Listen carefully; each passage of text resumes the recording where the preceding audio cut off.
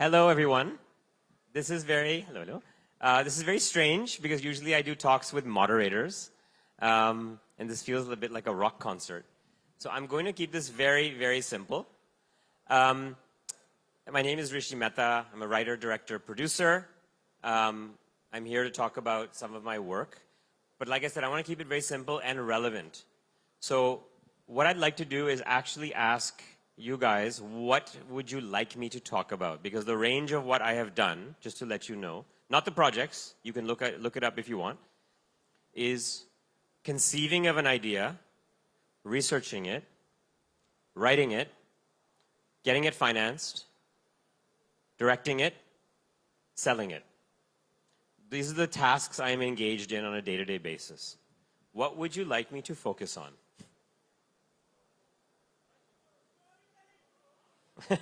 We have writing, we have storytelling, selling, research. What was that? Funding. Anyone else? How did you get into the business? How do you come into it? Background. What was the passion that you had? Why did you come in? And of course, Richie, it's amazing to have you here. My you're pleasure. one of the finest human beings to begin with, and an incredible and impactful filmmaker. So, welcome to Mumbai, welcome to India, welcome to Waves 2025. It's my but pleasure. Please tell us your story, as it's a masterclass. It'd be great. Thanks. Okay, I'll tell you a little bit of my story and try and cover pretty much everything that was said in some capacity. And at any point, stop me, put your hand up, and I will answer a question. So basically, I was, as many of you might know, born and raised in Canada. So I was very lucky to be born in an environment. I'm just talking about the relevance of storytelling in film. Forget about all the other things I'm lucky about, which I don't take for granted. I was very lucky to be born in a place that had the highest per capita arts funding in the world, which is Canada. And so it is a place where if you have an idea and you have the motivation, you can get your first feature film done. Second feature film's up to you, but you'll get the first feature film through government funding agencies, kind of like the NFDC. They have Telefilm Canada and other organizations. So I had gone to art school and to film school, by hook or crook, in Canada, focused all of my energy as a student on learning every liberal art that feeds into film. So I learned painting, sculpture, photography, writing, journalism. I focused on all of those for 7 years, knowing that eventually everything will feed into filmmaking, and if I have an understanding, academically and practically, of these disciplines, it'll help. My intention from day one was to make movies. But it wasn't to make movies for other people. It was to make movies that I thought were relevant to the world. So that required life experience, which I knew I didn't have. So I started that process, and then I was very lucky. And my older brother, ended up doing his MBA in Bangalore. So he came here on an exchange program. And then he had all these experiences with rickshawalas in Bangalore, which were not very nice. And eventually he met one rickshawala who was very, very kind. And he was so moved that he wrote a short story. The short story was called Amal. He came back at the time I was finishing film school, and he showed me this short story. And I was so moved by it. I said, do you mind if I make this into a film, a short film? He said, yeah, I don't care, go. So I went, gathered some friends, South Asians from Canada, actors, camera people, 10 of us. We went to Delhi. This was 2003, December. And for 10 days, we ran around making this short film based on this short story, which I thought was genius, what my brother had written. And one of the things I liked about it was it addressed issues that were very particular to what I felt, which was, as a non-resident Indian, my views on a place like India, my views on a place like success. What does success mean for individuals? What does joy mean for individuals? Things my brother and I were talking about all the time.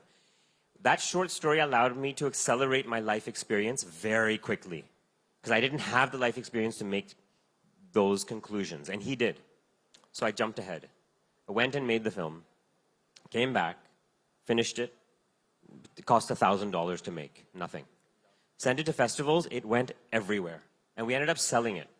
selling it all over the world. So I was hustling film festivals, going to everything like this. I was going to these types of events in Canada, in Toronto, but all over, wherever I could get. I would get little jobs, raise a little money, go to a festival if it was playing, go there, hustle, try and sell it. I had 3 goals at every festival. The goal was to sell the film. The goal was to generate another festival, because programmers were there. And the most important goal was to meet people who would become friends. My most important goal everywhere I go is to make life experience connections. People who are relevant to things I might feel, people who I can learn from, and vice versa. Always the #1 priority, because you can never lose with that. Then, I realized with that short film, I had just done it as an exercise. I didn't really think, I just did it as instinct. Because my brother Sean had done the heavy lifting. The experience of making that film in Delhi was so seminal, was so interesting. I learned so much of running around the streets. And I come from a Punjabi background, so I felt very comfortable there. I said, let's do it again. Now let's do it as a feature film. Because I experienced things making it that will feed into the expansion of this idea. The concept seems to be connecting, festivals seem to like it, audience seems to like it, let's go again. So my brother and I wrote the feature film. We spent a couple of years. Again, he had a job, I had a job. We were living together. We just spent whatever time we could writing it, 2 or 3 years. Put it together, had the story, the script. Then there was a pitching contest at the Toronto Film Festival. Again, I'm very lucky. I live in a city that has one of the 5 major film festivals on earth. There was a pitching contest. And I entered the contest with this concept. I got shortlisted. I went up on stage like this, and I pitched the idea. And somebody's asked about storytelling. The biggest lesson I learned on this pitch was, well, first of all, the stakes of the pitch were interesting because I was pitching the entire film industry in one go. If I screwed up, the project was dead. If I won, I would get funding. And it was 6 minutes. So you have 6 minutes that will decide potentially the rest of your life. The festival assigned me with 2 pitching coaches from Hollywood, big producers. I've done big movies you've heard of. So I pitched them on the phone. One guy I pitched 3 days earlier. This is my pitch. And it was very gregarious and outlandish, and I was doing all kinds of things. He goes, I love it. That sounds great. I have people come into my office, they jump on the table and they pitch, and it's great. I said, awesome, thank you. Night before, I pitched the second pitching coach. Very nice guy, who I still am so grateful for. And I pitched him the concept, the way I pitched it, and he goes, let me tell you something. I said, yeah, sure. He goes, I saw your short, and I love it. Thank you. If you do what you just did for me, I guarantee you tomorrow you'll lose the pitch. I said, why? He goes, the story is so good, and I'm saying it because my brother had written it, I didn't. That's that concept. He goes, the story is so good. All you need to do is go up and speak the story and you win. Do not add anything to it. Just speak the story and you win. Don't dance around stage. Don't do any gimmicks. Just speak it. I said, okay, let's try that. So I went up right before the pitch. I was backstage. There was 5 other teams. They had all kinds of props. One team even had clowns. I'm like, shit, am I doing the right thing? Fine, I'm going to go out. They did all their presentations. I was the last one to pitch. I went up with my 2 producing partners at the time. Just spoke the story, and we won. I said nothing. I just stood here and spoke. And that was my biggest lesson in storytelling.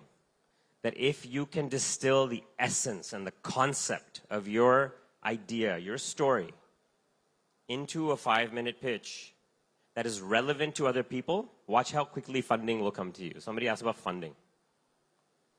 So, for example, whenever I have a story or a concept, and I'm at a party, we've all been there with auntie G's and uncles, and beta kya kar rahe? And I'll say, oh, I'm doing this story. And I wait to see how long their eyes roll. How long does it take before they get bored? Because if auntie G or uncle is not interested, I'm not going to have an audience. Because I'm not making movies for you. We don't need to make movies for each other. We already know. Most of the things I talk about, you already know. If I want to talk about poaching, you already know it's bad. If I want to talk about heroism in the face of sexual violence, you already know this. We are not making movies for each other. We are making movies to change the world. And in this room, we are already changed. So that concept of distilling the idea down, I learned through that. We won that pitch, got the funding. I came here through many, many different processes. By the way, persistence. You all know persistence is a big part of it. As I was doing that movie, it was so difficult to finish that financing, even though Canada supports. I came up with this concept in my head, which was, I can guarantee this film gets made for one simple reason. My desire to make it is stronger than the world's desire to stop me. Because I don't think the world gives a shit whether I make it or not. The world has much more important things to worry about. So when I said, oh, I have this concept, I want to make it, I think I can somehow convince the world to give me the little pieces of resources I need to make this story. I think I can do it. That much confidence I have in myself, and I guarantee you, all of you can do it too. Guaranteed, if you haven't already, and I'm sure many of you have, made your first films or second films or fifth films. But if you haven't, I guarantee you can with that simple thinking. Anyways, I continued on, made the film, very difficult to make. I had lots of fights along the way, lots of distributor arguments. I'm sure you've all had them before. And I also realized this one thing. Your first feature film is the best opportunity for you to fuck up. And it is yours to fuck up. You cannot give that right to somebody else. Because first feature films don't cost much. So when you get the resources, by hook or crook, be careful you never ever mortgage the right to make your mistakes. Because that's what you fought for. Because if somebody else makes a mistake on your film and you pay for it, you will not know where you went wrong. And you'll blame them. And then you're going to proceed in your career with contempt. But I remember I was having a fight with the distributor on the edit of my first film. And they wanted to change the whole thing. They said, we will be able to sell this better if we do it this way. And I said, well, you will alter the DNA of the film if you do it that way. I'd rather fail and let it be the thing I fought for than have it succeed and be the thing that you are creating. That is my right. So I got to somehow win that argument. We showed that we submitted the film to Toronto for the film festival. We got in. We got a great response. It worked out well. Sold it. I traveled for 2 years with it. And then I had this itching sensation I wanted to come back to India and do it again. Because that first film, at that point, 2 years later, was sanitized. It was a fable. And at that point, I was starting to live more. As I said, life experience was accumulating. I was traveling all over the world. I said, there are more stories I feel like I want to tell in this part of the world, in my ancestral home. A lot of things happened along that way, including I got hired by Disney India to do the first film that Disney was going to do here. That was 2010. And I had an amazing experience because the film collapsed. And I was here for 5 months prepping it. That film was very interesting for me because after my first film, it was the studio came calling. And I remember taking my first business class flight from Canada. I said, chalo ponch kya. What I didn't realize is I was in the middle of mortgaging my future. Luckily, I didn't do it. So I arrived, I developed this concept, I started prepping, and I noticed that the executives didn't care if the film existed or not. It was pretty much handed to them by executives from Hollywood to execute. And I could see in about 2 months this was going to collapse. So I used that opportunity while I was here to go around Mumbai saying I'm a Disney director, and meetings were very easy in those 2 months. So I might as well utilize this opportunity before it collapses. And then that collapsed. I got the call one day, it's done. It was the same day that the volcano erupted in Iceland, if you remember, in the spring of 2010. So Disney exec said, we can't fly you home for 5 weeks. All the flights have been grounded, and the next flight out to get you back to Canada is in 5 weeks. I said, 5 weeks? What the fuck? They said, so we'll put you up for 5 weeks, nothing we can do. I said, fine. So in those 5 weeks, I just hung out. And my God, the life experiences I had, including a conversation with a rickshawala, again, where he told me he lost his son. This was in Delhi. And he asked me for help to find him because he knew I was educated. I had this 10-minute conversation with him. It was so moving and so devastating to me. I tried to help the guy, but it was too late. He had sent his son to a factory in Punjab, never saw him again. Likely the kid was taken in traffic. So I ended up, after not being able to help him, writing a film about it. At that point, I had raised, for my first feature film, going back, $1 million Canadian dollars to 1.2 million Canadian dollars to make that film. I knew I could do the same thing for $200,000. I knew the techniques better. So I wrote this film, Siddharth it's called, about that experience. And I knew I could do it for much cheaper. I would ask less from the world. Therefore, the world would have less expectations on this film. I wanted to just try something from the heart. With no arguments, no distributor fights, no studios shutting me down, nothing. I just needed a pure expression after 2 or 3 bad experiences. I got 10, 15 people, gathered them in Delhi, mostly Delhiites, actors, NSD actors, friends of mine, crew members from Amal. We shot the film in 20 days. I edited it, sent it to festivals. It sold 10 times more than my first film. It went everywhere. And it was the film that was most from my heart. When I went back to Delhi to do the dubbing for Siddharth, finishing up some of the sound, that was December of 2012. I mean, something crazy happened in December of 2012, if you know what happened in Delhi. So I was there when this heinous crime happened, where a woman was assaulted and sexually assaulted on a bus. And I was seeing the city descend into chaos while I was trying to finish my movie. And I was so moved by this, like all of us were, just as a life experience. And I carried on my way, taking that, like we all did.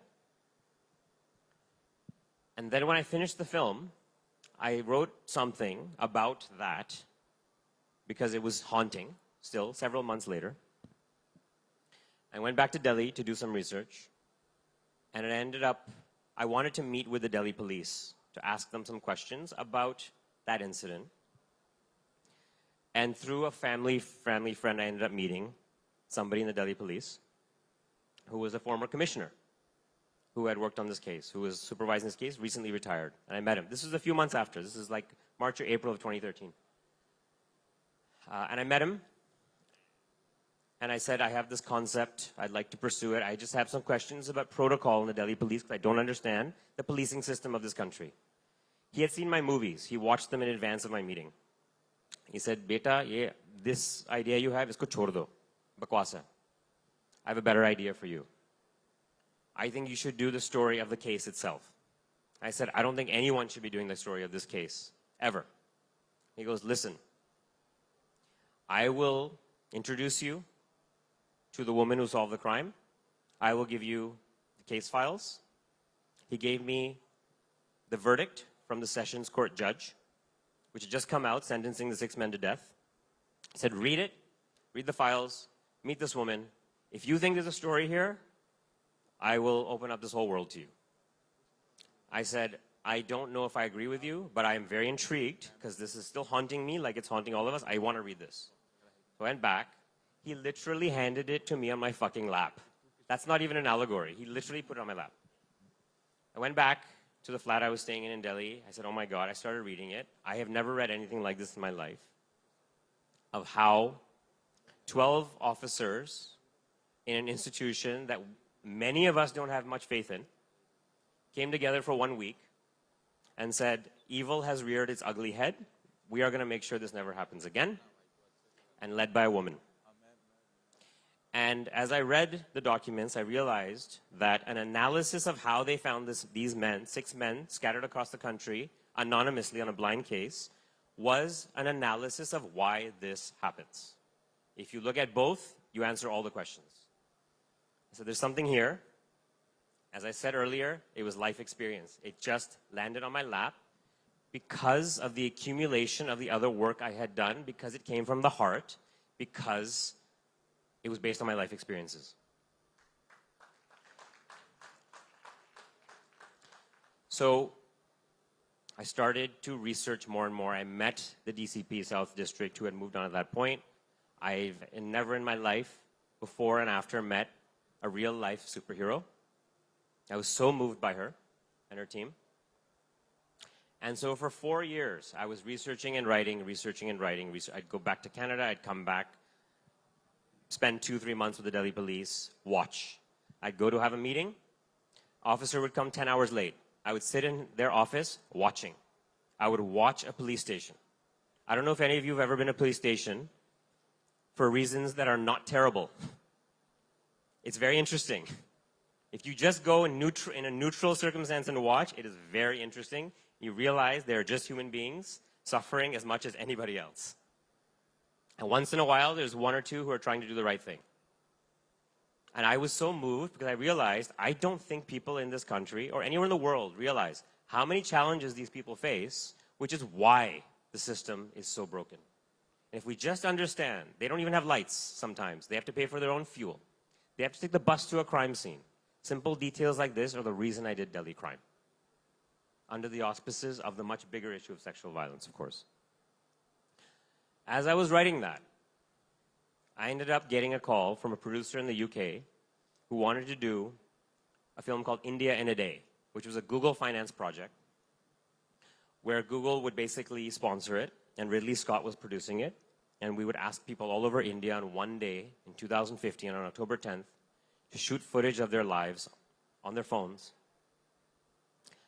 on that one day, anything they wanted about their life, upload it to Google, and then if I did the job, I would spend a year taking all that footage, editing it, curating it into a mosaic of one day in the life of this country. It was a dream project. While I was researching Delhi crime, this came to me. And I said, this is going to accelerate my life experience. This is going to give me insights that I am not capable of having on my own, of people just shooting footage of their own lives. I was very happy to take it. I took the job. I spent a year watching all this footage people submitted. Thousands of people submitted footage. It was life-changing.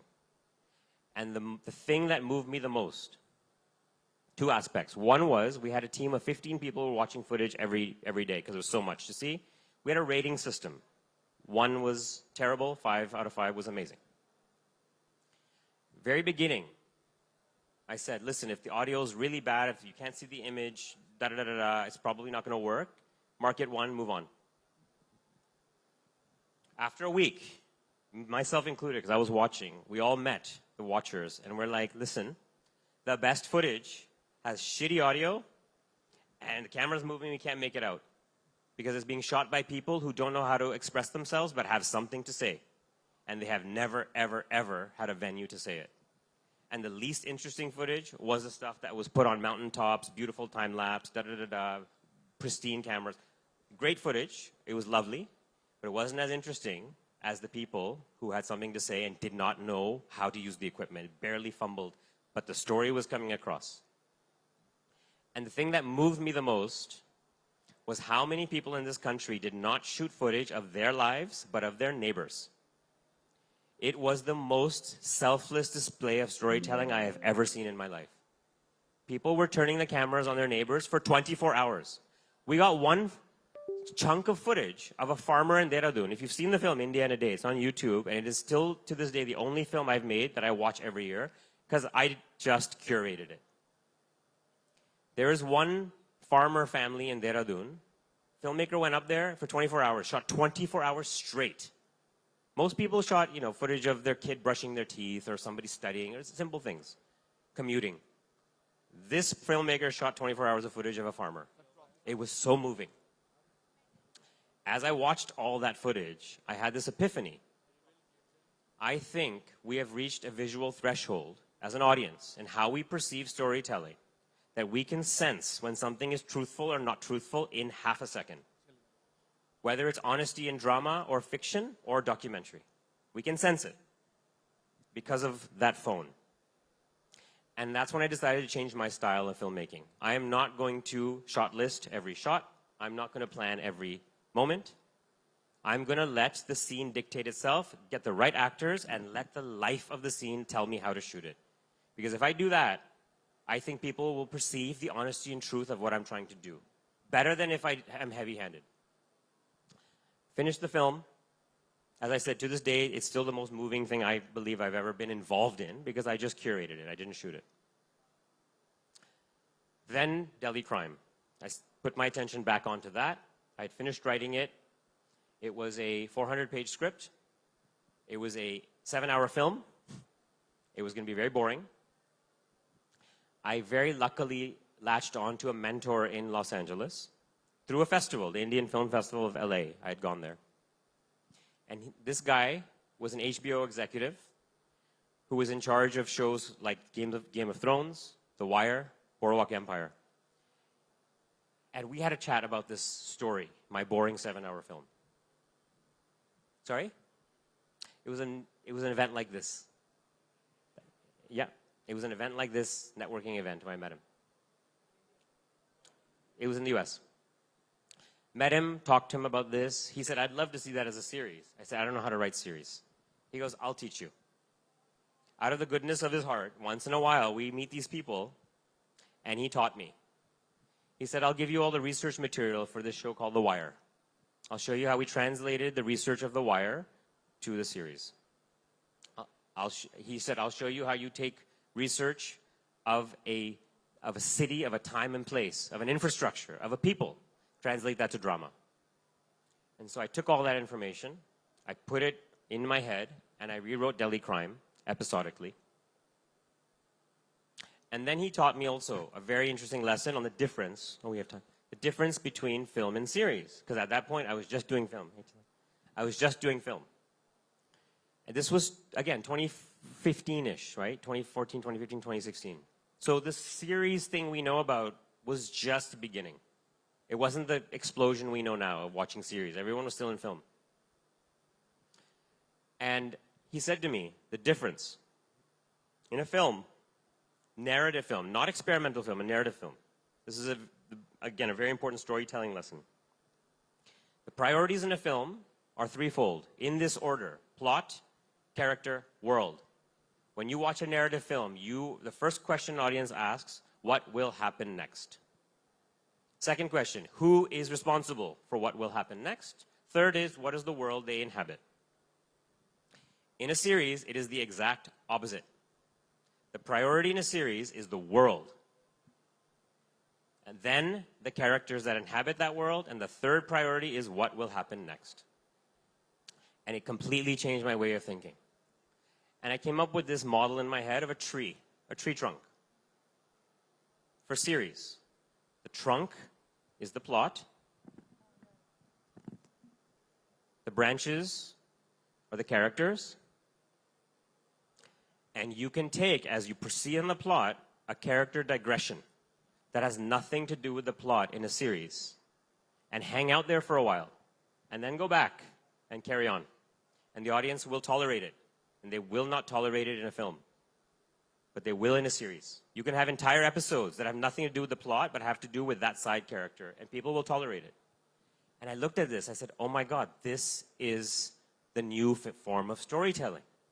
And it gives credit to the audience, because it doesn't say that the audience has less tension span. It says you have more tension span. You're willing to give me more time. I will fill that time. And I will fill it responsibly. And the last part of that tree are the leaves, which is the world. And that is the fruit of the whole endeavor. The world you build is why people show up for series. And then I constructed Delhi Crime according to that. So Delhi Crime is about the world that these people inhabit. And that's why I take digressions and have an entire argument for 5 minutes about cutting the chicken's throat, which has nothing to do with the plot of finding these people, but has to do with police officers stationed so far away from the central authority with such dangers that they don't know how to cope. And you all know this, because if you've seen it, you understand how it relates to the world. All of a sudden, I got financed when I wrote it. Having said that, the streamers wouldn't finance it. Amazons and Netflix. This was now 2017, 2018, I was pitching it. 17, I was pitching it. No one would touch it. It was too controversial. Nobody wanted to touch that sexual violence in a series, understandably. Then I found, through Los Angeles, through my agents, I had agents at this point for my other work, some financiers who were interested in investing in Indian content. They read the 400 pages. They saw my previous work, like the police commissioner had had, and said, we've seen your films, we've read this. If you do exactly what you say you're going to do, we think this series will sell. Go do it. So they gave me the money, I ran, did it. And when I did Delhi Crime, it was the first time I did a project where all of the talent was Indian. It was not me bringing people from abroad. And that was a big goal for me, because I am convinced that India has the best talent on earth, in front and behind the camera. And I wanted to show the world this. I wanted to show the world, not only in the content, that you think India is gang rape and sexual molestation of women when you show up here. You do not realize that there are women solving the problem in a manner that you have never seen on earth. You think India is a poor country. There is poverty here. There is also the best artistic talent on earth. I'm going to show you both in one go. And that's what that ended up becoming. Finished it. I'm still a film person at heart. We didn't know what to do. So I said, screw it, let's send it to Sundance Film Festival. See if they'll accept it. Series. Sent it, got accepted. They had a new section for episodic indie series. We showed it there. Thank you. First 2 episodes, sold it that week. All the streamers had said no. They all came and they bid after they saw it. And I was convinced. If you see it, you'll buy it. If you see it, you'll buy it. Now, obviously, there's a lot of nuance in the storytelling here. The premise of Delhi Crime for me was I will never show the crime, because it is not about the violence. It is about the people fixing the violence. It's the other side of the coin. As a result, I knew if people watched it, it would be sellable. And I'm not a market person. I don't give a shit about the market. When I say sellable, I just want to reach people. That's just the way we have to do it. I hope one day all of this is free. I really do. So anyways, Delhi Crime comes out. Pandemic happens. It's not a hit in the beginning. It's a slow burn. I go home. I'm living in London at this point. Everyone's watching stuff now. 2020. I start to get notices from my friends. By the way, do you know people are really watching this show? It's been 6 months, 8 months, a year, year and a half. I said, I guess. I'm in my pajamas working on my next thing. And I keep getting more and more and more notices. More and more accolades are coming in. Interviews are coming in. Year and a half later. There's not many series happening in India at that time, so people are catching up now. And then the international Emmys happen. We end up getting nominated. We end up winning. I'm in my pajamas when we win, because it was at home. And it was a very, very moving, very happy time. And my first thought is, how do I leverage this now if I get one opportunity in my life where I can say I have an idea and I'll get financing like that, which I did after the Emmy? What do I burn it on? I get one chance to change the world with no questions asked. What do I burn it on? The thing I believe in most, animal conservation. So I said, all right. At that point, like I said before, I was finishing Delhi Crime. I was doing dubbing before it released. I ended up meeting wildlife crime fighters in Delhi through a weird circumstance. That's when I said, oh my God, I didn't know this was a vocation. I didn't know there were people on earth doing wildlife crime fighting. What a cool job. I got to know some of these people in Delhi, in Kerala. They saw some of my work, my previous work. I said to them, listen, is there anything I can do to help you? It's very rare in this world to meet noble people. People who you can hang your hat on because the intent of what they're doing is so noble, there is zero hesitation to say these people are doing the right thing. And I thought to myself, in a polarizing world where it's very difficult to put a statement out there and not have people argue with you, is there any cause where we could all come behind. I'm pretty sure nobody here wants to see an elephant shot in the head and its face ripped into pieces. I said, hey, this is a non-polarizing issue and something I believe in, which means it's not controversial. And in this world, again, very difficult to find a non-controversial issue. So I said to them, if I had the opportunity to get financing for a project, how can I help you, wildlife crime fighters? They said, you can help us by doing this, showing how difficult our lives are as we try to save species, showing that we are trying to give up our lives to save species, and showing that if we succeed, there will never, ever, ever, ever be a reward other than what our heart tells us. The elephant won't thank us, and public won't thank us. We are doing it for ourselves. And if you can inspire others to want to go in this, that would help us immensely. I said, leave it with me. They started leaving me details of the most elaborate and large-scale poaching case in the history of the continent, which they had solved. I was so moved by this. I spent a couple of years researching it. Again, pandemic, that's when I was writing it in my pajamas, sorting out all the detail. And I used the same model as Delhi Crime, procedural, thriller. I put this investigation in it, and I talked about many other things. Because Delhi Crime was a shot in the dark. I did not know if it would work. This time I said, let me do it in a more refined way, knowing what the intent was. I was unsure when I was doing Delhi Crime where I was the right person to do it, which is another storytelling lesson. I have to be sure I'm the right person to do the job. If I'm not, there's somebody else better to do it. I'd rather them do it. My favorite equation to have with films and series is to be an audience member. They're too difficult to make. That's why I'm also never afraid if somebody steals an idea. Bless you, go do it. Call me when you're done. That's why I like pitching. I pitch to anybody. You want to steal it? Go for it. I'm not so precious about these things. Researching Poacher. I have the financing for it right away because of the Emmy. I go and do it. Difficult shoot in Kerala with, again, some of the best actors on earth and the best workers I've ever worked with in Kerala. I don't speak a word of Malayalam. I still don't after doing a series. Finish it independently again. I say, let's try it again. Send it to Sundance. We got in. Bidding. Sold it. Amazon Prime. They put it out in the world, and they were very, very good about how they put it out. And the key, again, for me, was that they preserved the integrity of the project. Like the first lesson I said, every time you make a project, first film onwards, each one gets more difficult.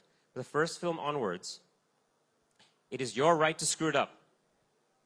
And every time I go on a project, I say, I have made promises to the people on which this project is based. I cannot break those promises. If anyone forces me to break the promise, I will turn on them, and I'll make sure everyone on the project turns on them. It's not a threat, it's a fact. Everyone who has come onto my projects understands these premises because the intent is pure, because it's based on my life experience, and the experiences of my life are more precious to me than the movies I make. Poacher gets out there. It does what it's doing. I'm researching now more wildlife crime stories as we speak, because after Poacher comes out, it becomes a lightning rod for wildlife crime fighters around the world who say, oh my God, we've never seen anything like this. This is our story. Can you tell our story now? So I'm getting solicitations now from all over the world from the most amazing, noble people I have ever met. I spent the last year and a half traveling to wildlife crime conferences like this, but everyone's just trying to save species. Most of them you've never heard of. That's the world I'm leading into now. Any questions?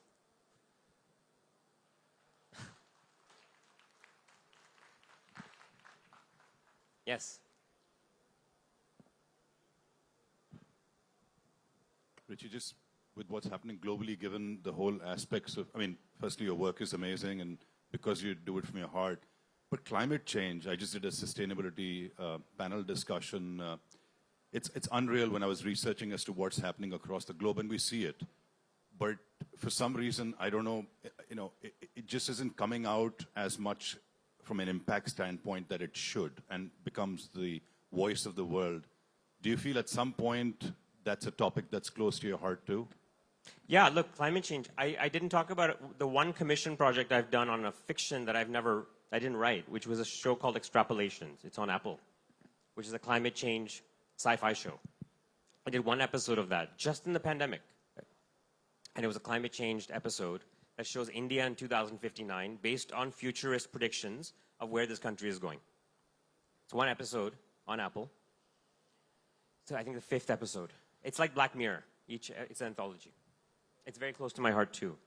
Having said that, I think very strongly that if anyone here is doing a project based on an issue, especially if it's controversial, but on an issue of any kind, you have to keep in mind, who are you trying to move with this?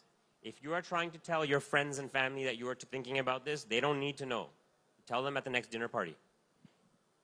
If you're making a project, you're trying to convince the other side. Isn't that what we're here for? We are here to communicate and break those barriers, move across the aisle. If that's the case, you have to find every trick in the toolkit of storytelling to convince other people. Is it genre? Is it throwing zombies in there? Is it making it funny? How do you disarm people when you're trying to convey to them a message that either they don't want to think about or they don't agree with you on? If you're ever having a conversation with your father or mother on a subject you don't agree with, how difficult is it to change their mind? It's almost impossible. We are here because we are talking about refined communication. This whole conference is about refined communication. We are studying the art of communication. That's why we're here. For the directors out there and the writers, you spend years studying the difference between one sentence of dialogue versus another. For directors, we are looking at the difference between a frame like this and a frame like this. What is the difference between moving the camera 1 centimeter? How does that impact the viewer's understanding and emotional reaction to a scene? That is refined communication. That's what we do. So if you have an issue-based idea, you have to use every trick in the refined communicator's toolkit to convince other people. How do you do that? Maybe you bury the message so far into the movie, which is so entertaining, that people don't even know you just did that. Maybe it's you clobber them with the messaging, but you use movie stars. Make it so they have to watch it. What are the tricks? Figure out those tricks. Has to be that. If you make an art house film for your friends, you are speaking into a vacuum tube. That's my view. And right now in the world, we cannot afford that. Hello everyone. We need to start our next session soon, so we won't be taking any more questions. I really apologize. So I'm so sorry. So sorry. One more. Okay, one more. Just one more. One more. No, young lady here. Please make it brief.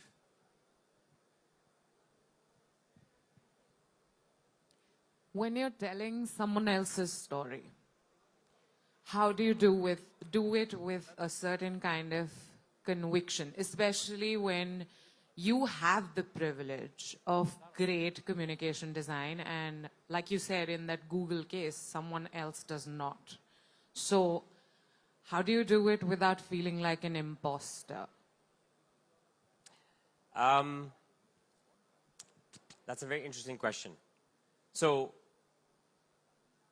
the most I've ever felt that was during Delhi Crime, because I had to sit, after I finished the research and writing, for the 4 years, and after I was financed, I said to the producers, I cannot proceed until I meet the victim's family. And I haven't met them yet. And so I met them, pitched them the whole story. This is what I'm doing. Because I will be representing you, mother and father, and your daughter, who's no longer with us. Tell me to stop and I'll stop. And that was 4.5 years into the process. And it was very important for me, always, to deal with imposter syndrome. You have to give the subject of your project veto power at every stage to stop you. And I kept checking in with them. And so I said, this is what I'm going to do. We spent hours. I said to mother and father, tell me to stop and I'll stop. And mother said, if you do exactly what you say you're going to do, I support you. And then when we finished the series, I showed her the series before it released. And I said, tell me to change anything, I'll change it. And she said, no. That is not something you can put contractually, because a financier won't allow that. But that's what I said. The premise of those deals is I made promises. If you make me break them, project will have no value anyway. And I will walk away happily. So that's the thing. If you give the subjects, if you care about the subjects, you're conveying their stories, you give them veto power over you to stop it. And in my view, they have to have approval over it. The wildlife crime fighters and poacher, I showed them at every stage, the scripts, the final. Do you want me to change anything? Do you want me to refine anything? Do you want me to withhold anything or say something? I'm trying to help you make your life easier. And at every stage when I do a project, if I believe in it, the more I believe in it, the quicker I am willing to walk away from it. Because I'd rather do it perfectly right or not at all. Zero compromise. Thank you so much, Richie. That was indeed a masterclass. Thank you so much for being with us. Thank you, everyone.